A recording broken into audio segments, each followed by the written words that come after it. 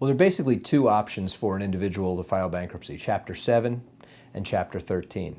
Chapter 13 is typically used when someone has a secured asset, such as a home or a car, and they are in arrears on the payments on that home or car.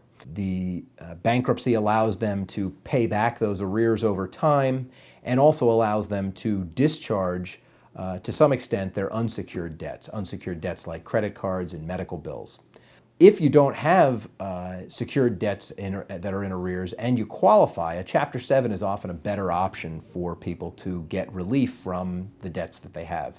So a Chapter 7 allows you to completely discharge the unsecured debts such as the medical bills and credit cards, payday loans, and get a fresh start.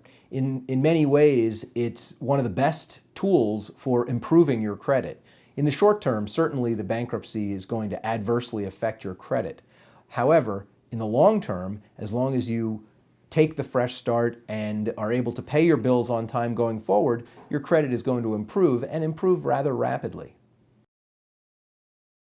Bankruptcy is a financial tool. It's also a part of the social safety net, no different than unemployment or Social Security disability. It's available for people who run into financial problems, often through no fault of their own. The most typical causes for bankruptcy are loss of a job, significant medical condition, a failed business, or simply just a situation where you've had a reduction in income through no fault of your own.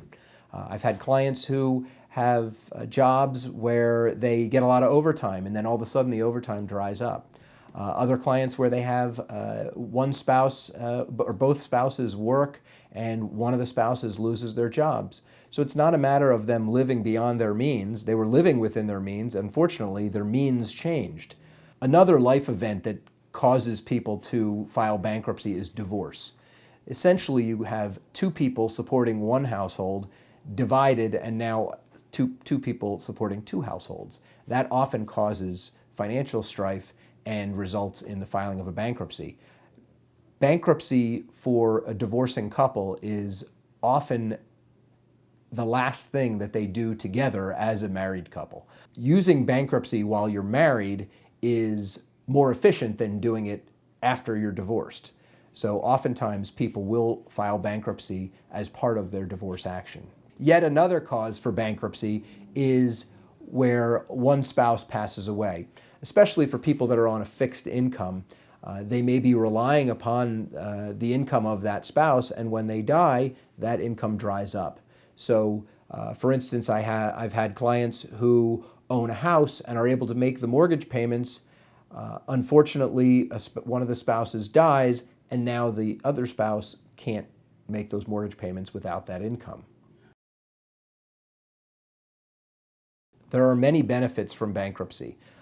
First of all, obviously, you get rid of the debt that you've accrued.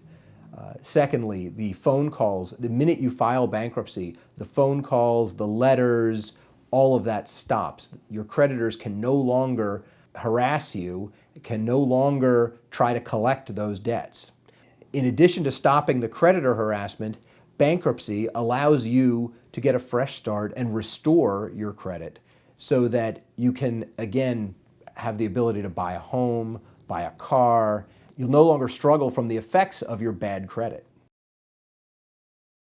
With bankruptcy, you can get rid of credit card debt, you can get rid of medical bills, you can get rid of legal bills, you can discharge utility bills, old cell phone bills, personal loans can be discharged, payday loans can be discharged, deficiency judgments from repossessions and from mortgage foreclosures can be discharged. Those are the debts that you incur when you have a car or a house that ultimately is taken back by the bank, and there's a difference between what you owe and what they're able to sell that collateral for.